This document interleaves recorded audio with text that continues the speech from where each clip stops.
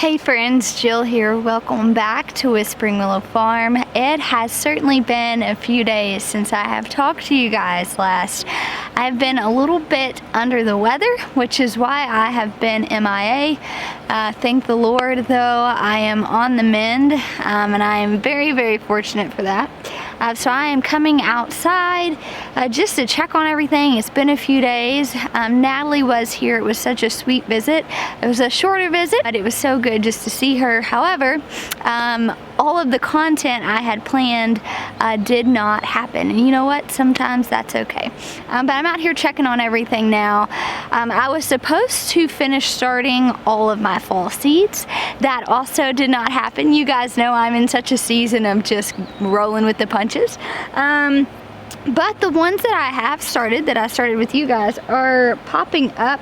It's been a couple days since I've been out here to water, so I just decided to water everything really well. But y'all can see we got some broccoli little babies coming up, so that is super encouraging. Hopefully this week I will finish starting the rest of my things. That way we can transplant them out at the new house. But the garden is looking so beautiful still. It's looking so lush. The Chinese noodle beans are officially like in full swing, and I cannot wait to show you guys.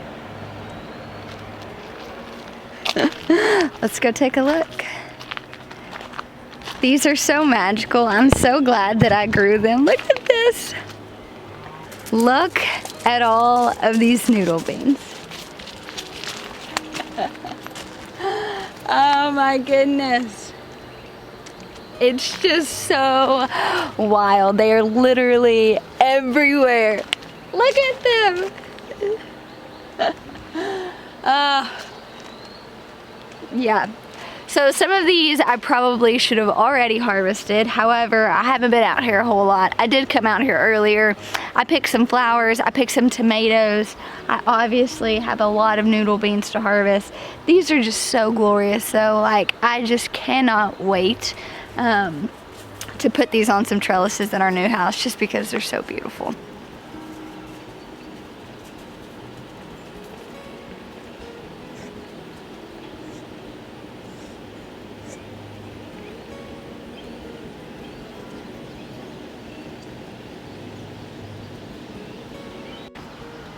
These really are just something special.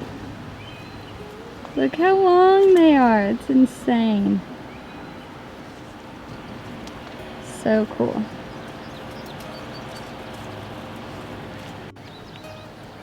As you guys can see, the flowers are still rocking and rolling. They all just look so pretty.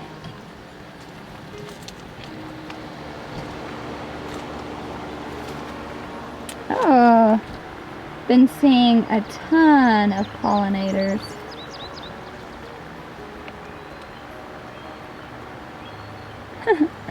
It's so pretty.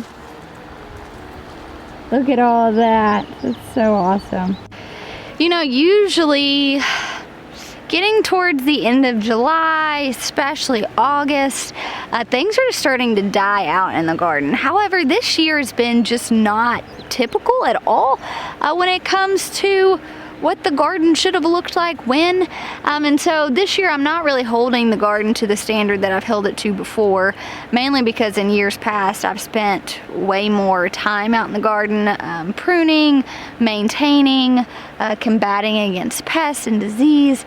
Obviously I've not done a whole lot of that this year, but the flowers are doing great. And even though you see this amazing, beautiful sea of flowers behind me, I have actually been cutting some of these, but at this point there's way more flowers than I need, and so I am just cutting some, giving some away, but still primarily there's a lot. At this point too, I'm waiting for them to dry, and then I'm just going to save the seeds from them, and so I'm really looking forward to that as well, because I know these will be crosses, and some of the crosses that happened from last year that I planted this year, I was just so blown away with. They were just really pretty as far as just their colors and the textures that they had. Actually, I'm going to take you guys and show you, because I like, I swear within just a few days of not being out here, I'm like, whoa, these zinnias have like doubled, quadrupled in size. They like multiplied, I swear.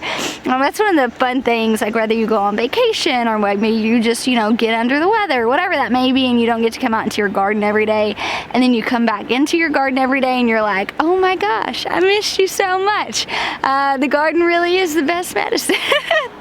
Look how pretty this guy is. This is one that I saved from last year, I believe.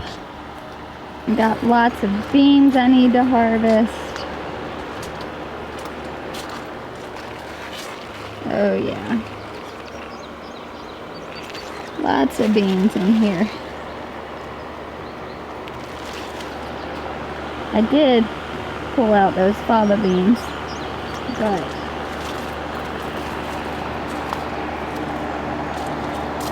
these definitely need to be picked before I just completely clear off this trellis. You guys can see it's all starting to die. So I need to get as much as I can off of here before I end up cleaning these off.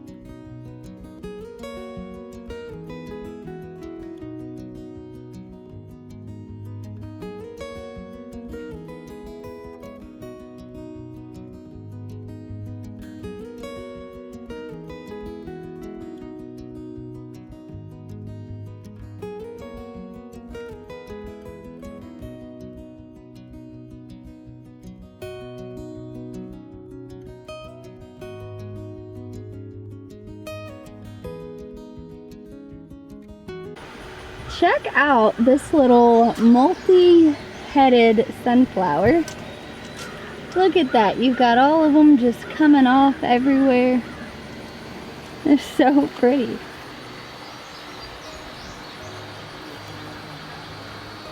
The sunflower patch is doing great.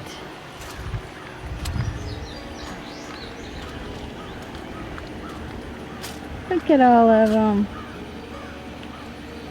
It is certainly so crazy to me just how quickly things change and just how beautiful the garden is. And I say this all the time because it's so true. The garden is so resilient, like even when we don't put in the continuous work. And I love that so much. I see lima beans that are ready to harvest. We've got all of these Chinese noodle beans that are just insane. I mean, look how wild these things are. I just think it's so cool. And I had felt slightly defeated, if I'm being completely honest. You know, I had to take a backseat approach to the garden this year, and I knew I was gonna have to, and I knew that this was just the season we were in. But it's still hard for someone who's not used to having to take a back seat. It can be challenging, you know. That's like goes against my nature to know, like, pump the brakes on things like that. Is just not how I am. And so I've been having to learn to be okay with these things. And so it is so refreshing to come out here, and even though I've not spent near as much time out here as I wanted to, obviously the flowers are still crazy. We're still harvesting a ton of food. We're able to come out here at any point on any day and harvest beautiful flowers for the kitchen or for friends, or we can have tomatoes with dinner to make salsa. We can have beans for stir fry, whatever that looks like. And so for me, that's just been super refreshing, is to look around and just see so much beauty still in the garden. It just makes it a little bit sweeter. As we are counting down the days till we move, you know, we close in like a week. We close in a week on our house. Jess and Maya will begin moving, and then we will slowly be moving our stuff over there and kind of be in two places at once for a while. And so these are the moments that I'm trying to not take for granted as we are like really starting to end. The end is becoming near. I'm really just trying to soak up my walks throughout this garden. I'm really just trying to walk through and just pray so much prosperity over the next owners that come in, and just that it'll be a season of growth for them. It'll be a season of rejuvenation. It'll be a season of learning. I know that is definitely what this farm has been for Nathan and I. We've learned and we've grown. There's been so much restoration here.